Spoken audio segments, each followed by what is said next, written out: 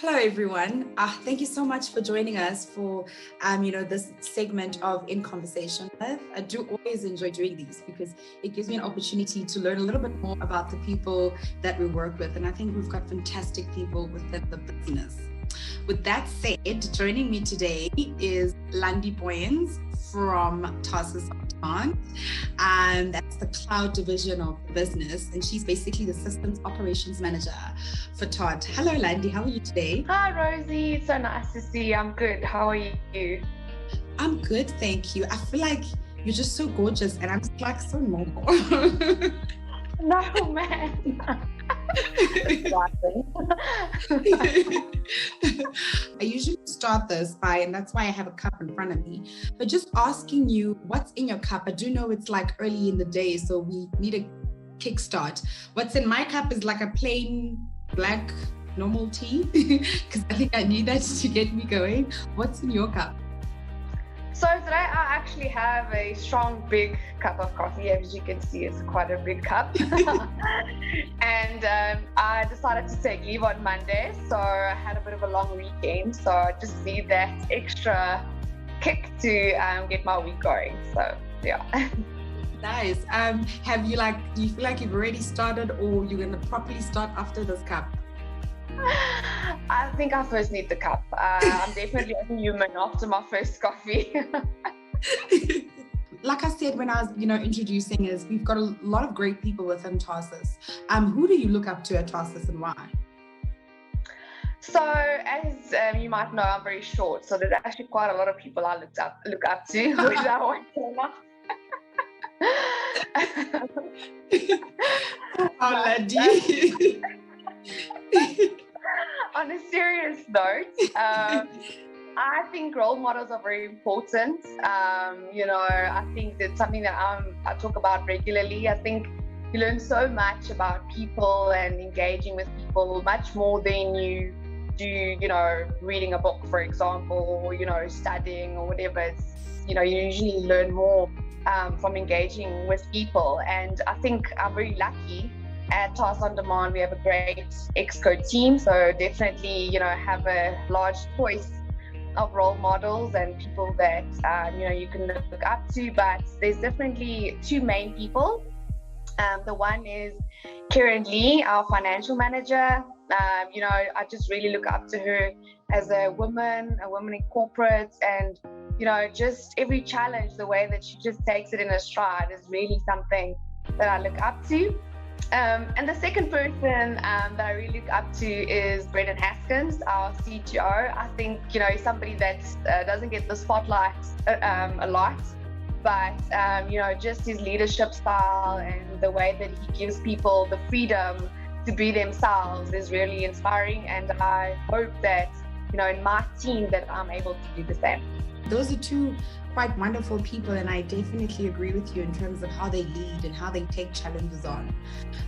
Describe your best and worst days for us. I think my best day is when I get to create something. So, I'm part of the technical team. So in essence, we are the obviously majority to support, but also, when I'm able to create things in Odin, create things in Cloud Connect, that's where I feel like I'll have a good day, because I was able to, create something positive for the business. I think worst day, maybe lots of meetings, because that does get, distracting. I think that's maybe the major one. We have those days we're just back to back in meetings. What does the day in the life of a system operations manager look like? And this could be like from the moment you wake up, or this could purely be around work. As I mentioned, sometimes lots of meetings that, is not always, the best, but we have to obviously get through those. And then, also catching up with my team and making sure that, they are engaged for the week. That's also very important to me. And then, trying to create things that will hopefully positively benefit the company. In terms of engaging with your team, what does that look like for you? So I try to, have structure in my team, and how I do that is by making sure that we meet every week at the same time. And then what I also like to do with them is to create short-term goals. So I'll say, what is your goal for this week? Or what is your action point, or is that one thing that you want to focus on for this week, so that you feel like, you've achieved something this week? Because we obviously have bigger goals and OKRs that we monitor over month or 3-month periods, but just to have those short wins, I think, is important to keep you motivated. What is the best advice that you've ever received? So the best advice that I've ever received is actually also from an EXCO member, Vinay. And he once said to me, we were just starting on Odin and Cloud Blue, and I said to him, everything is just such a mess. Everything's so dear, my God, I need structure, I need communication, like almost just venting. And he said to me, well, Landie, if that's what you want, then you need to create that. If you want better communication between the teams, set up a meeting with the teams and, get the people in the room that you need information from, or that you need that structure from. And I think that's really helped me tremendously in my career path.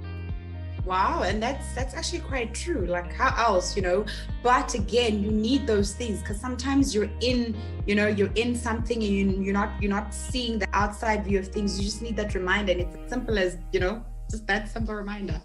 Exactly, because at that time, we were booming so quickly, and we didn't obviously have the resources in place right away because of, the growth. So it was a little bit chaotic, and just, to be like, no, Landie, you need to take that accountability, take it upon yourself to create that structure. Yeah. A lot of us are working from home now, particularly because everybody got, sort of plunged into working from home because of COVID. How has COVID-19 just affected you as a person, as well as how you work? So, COVID-19, I think, affected me both negative and positive, like I think for most people. One thing negative is that I couldn't get married last year as planned. Yeah. So just what's the date for last year? Yeah, for last year, October. Yeah. Oh, wow. Okay. Is there a new date? It is in September. So we crossing our fingers that it will happen this year. But then also a lot of positive things happened. We bought a house. We moved to Pretoria from Joburg. So my fiance got a new job. So a lot of positive, exciting things that also happened during COVID-19. Oh, that's so beautiful, Landie. I'm glad. I'm so happy for you. What's the one thing that the pandemic has taught you about yourself that you were not aware of before?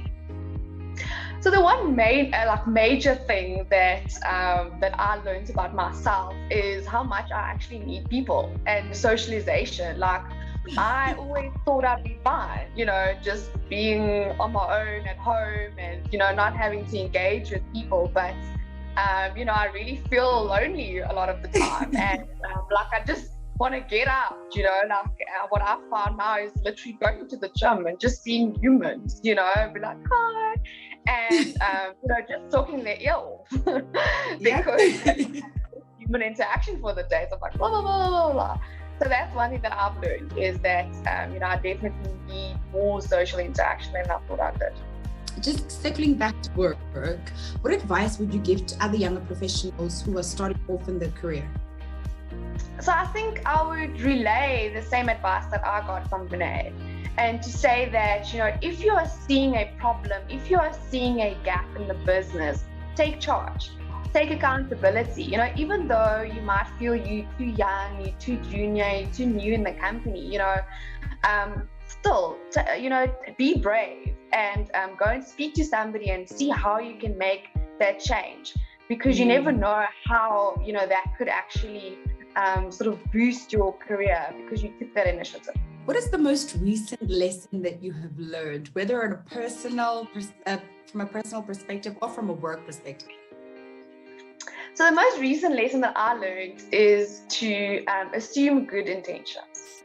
So, and what I mean by that is, especially now, we're engaging much more on a digital level. You can't see people's facial expression always, you can't always, maybe see what the actual intention was of a message.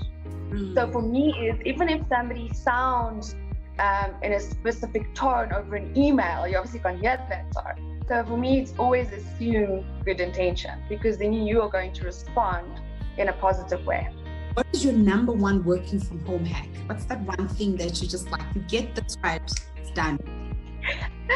So for me, I don't know if it's really a hack, but like I've mentioned, me needing some social interactions and so on, what I found, what helped me not feel so alone is by just turning on the radio and to having some background noise, not having just like this quiet space all the time. That really helped me, and I felt like that was my work from home hack, just to, help me, even though it's not necessarily work related, it obviously helped me emotionally and mentally to work better. I thought I was the only one. Like when I started off and I came back from maternity leave last year, we were already working from home, and I would like just sit in this room and I'd be like, it's so quiet. Eventually I was like, just turn on the radio. And it made sense when I turned on the radio and sometimes the television, because I think we're so used to the noise at the office, right? Like it was never quiet at the office. And then all of a sudden it's quiet at home. You're like, something's missing. So I can relate to that. I really can. Just quickly before we wrap up, how do you see the future of work playing out now that we are in a new space in terms of COVID and working from home and so forth, and we've become a little bit more digital than what we were previously? How do you see that future of work working out? I definitely think that there's going to be more of a flexible working environment, if I can call it that. So, giving people more options, so that you can work from home as well. But I definitely also think that it's going to, change the structure of a business. You're not really going to feel that hierarchy anymore. You're more going to feel that, depending on where you add value, that is going to be your role. As opposed to you're a systems operations manager and you have XYZ tasks to do in a day. It's more going to be where can you add value, whether it be in marketing, in sales, in technical. So yeah, that's my vision. 100%. And I definitely agree. We're already looking at the hybrid working model, or trying to test that on how that's going. So 100% agree that it definitely needs to be a little bit more flexible. And again, alluding to the whole collaboration thing where you're saying adding value, I think it's going to teach us where we can collaborate a little bit more better. It doesn't matter whether or not you're in charge of a particular area, or as long as you've got a contribution to make and you can add value. I think you're definitely right. That's where we're going. It's a wrap from my side. Thank you very much for your time. I think the people watching this in the business definitely know a little bit more about you. I'm glad that we could sit down and chat. I think it's always a pleasure from my side personally speaking to you, but now the business knows a little bit more, and I think we can just relate on these levels. We used to have these water cooler conversations, like people said, and you'd get to know one another, very randomly. So I'm very glad when I get to do something like this, because it's sort of like we're taking that water cooler conversation and we're bringing it online, and we're just, getting to know one another. So thank you very much for your time, Landie. It's a pleasure, Rosie, and thank you for having me. Now, at least I have one social interaction for the day, even though it was virtual. And you at home watching this, we will be having more of In Conversation With. So please do stay tuned, and thank you for tuning in. Cheers for now.